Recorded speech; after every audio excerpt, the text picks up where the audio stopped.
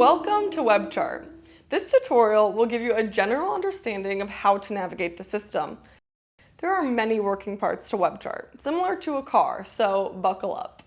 Let's first talk about how to navigate the system. This is the page you'll see when you log in.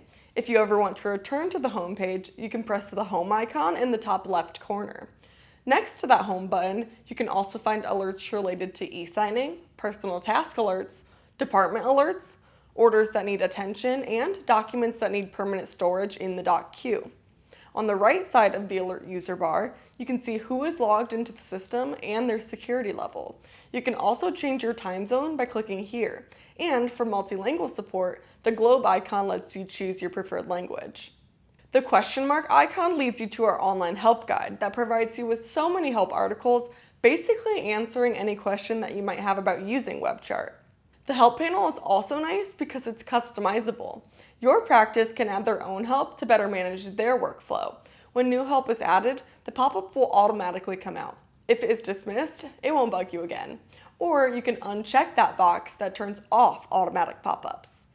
The magnifying glass allows system-wide searches to easily find reports or specific charts, for example. Depending on security permissions, it may grant or deny access to certain records. The page you see when you log in is called the dashboard or quick view page. This shows an overview of different parts of the system on one screen using what we call portlets.